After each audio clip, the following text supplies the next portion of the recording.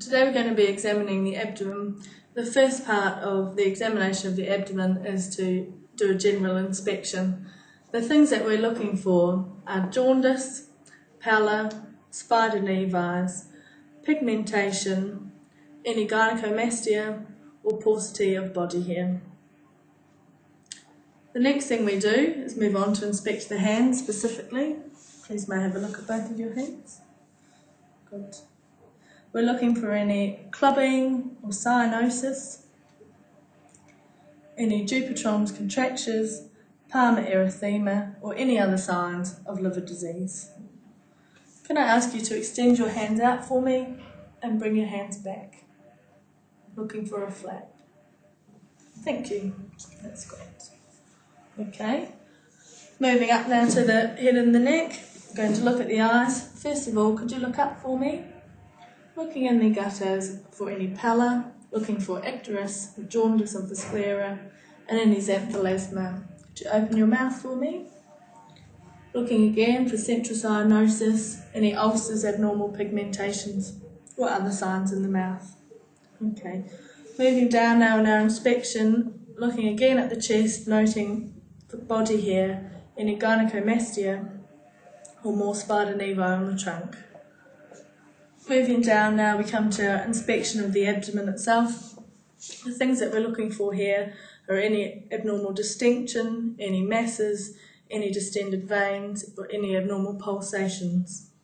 Now we'll move on to the palpation of the abdomen. For this, it's important to get down on your knees so that you're at the right level for palpation. So now we'll move on to our palpation of the abdomen.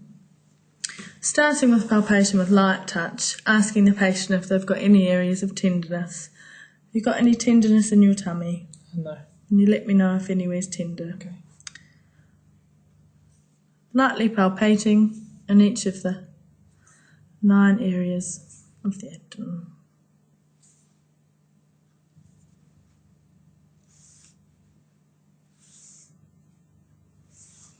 Now to move on to our deep palpation, we'll firstly be palpating for the liver, starting in the right iliac fossa. Could you take a deep breath in and out for me, please?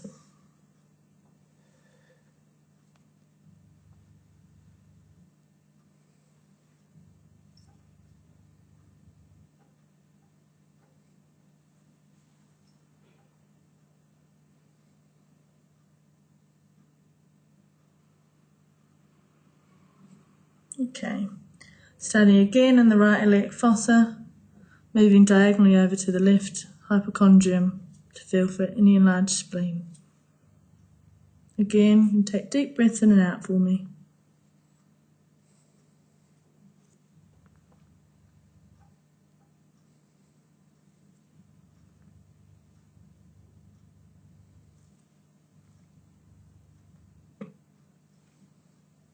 Good. Next we move on to palpating for the kidneys. If I could just move your arm. You need to get one arm underneath the patient, one hand on top, and you gently try to ballot the kidneys upwards and feel between your hands for any enlargement. And again, over to the other side.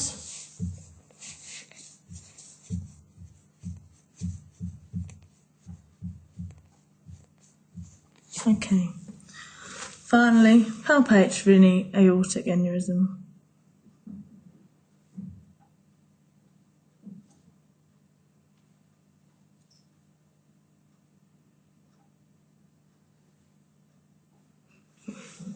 Next, moving on to percussion. Firstly, trying to percuss out the liver, starting from well below,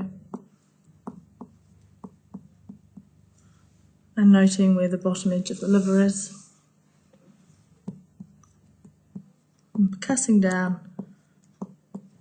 to the top edge of the liver, making a note of the size. We percuss again over the left hypochondrium. Finally, percuss for shifting dullness,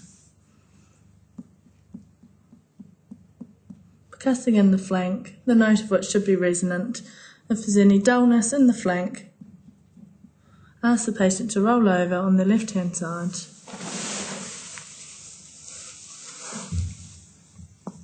and percuss again to ensure the dullness has shifted. Right, finally we auscultate the abdomen.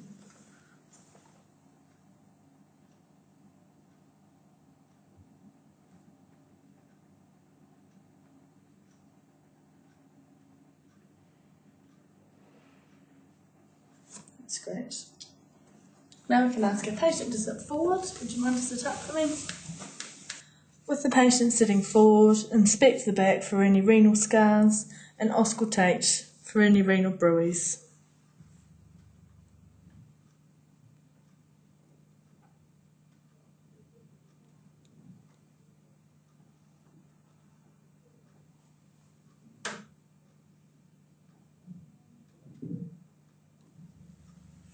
While the patient is sitting forward, we can complete our examination by feeling for any cervical lymphadenopathy.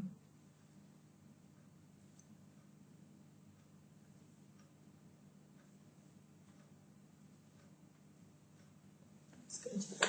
The final part of the abdominal examination involves an examination of the inguinal area, looking for inguinal lymphadenopathy, an examination of the external genitalia and a rectal examination.